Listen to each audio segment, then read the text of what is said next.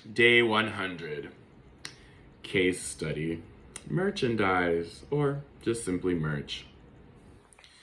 I have created merchandise for many different ventures. My own business, I was on a Frisbee team.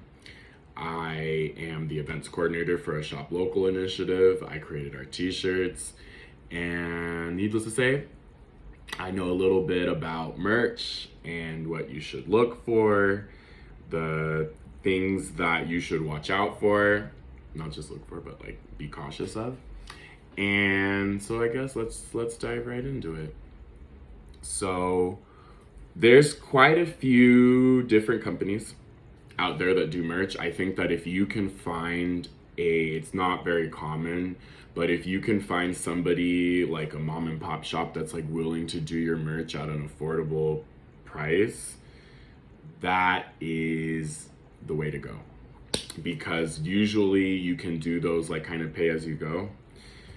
The first tip I'm going to give you in this video, please, please, please don't be the person who orders 1,000 whatever and then like has them sitting in a garage and you think you're gonna sell them. Unless you already have the orders, unless you already have the things that you're trying to sell there, they've already been accounted for and they've already been paid for. With all due respect, folks, please be very careful about storing large amounts of merch. That's a sunk cost. That is the opportunity cost of having all those things in your storage means that you can't put anything else there. So please, please, please be very careful about that. I was very lucky to find, and I won't say it in this video, you can hire me to consult and I'd be more than happy to share that with you. Gotta leave something for my business, for my paying clients, but I use a pay-as-you-go service, and what happens is like they'll send you a sample.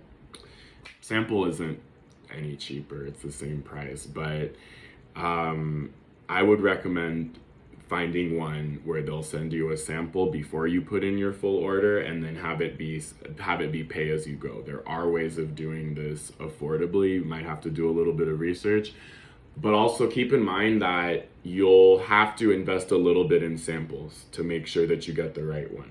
Okay, so keep that in mind. Samples, don't buy up a bunch of storage.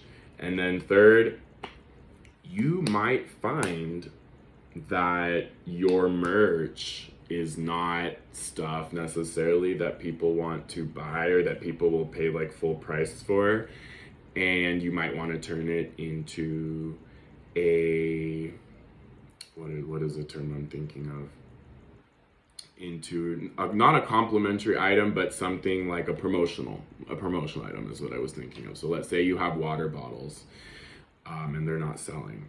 So maybe you start giving away a water bottle for everybody that spends over $50. That's what I've done with merch it's not been too much of an issue because I don't order huge bulk quantities.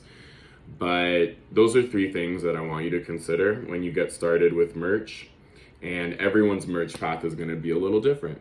You might have a super, super loyal customer base of people that are just racing to buy your products and stuff. So that's my experience with merch, and that is case study number 3.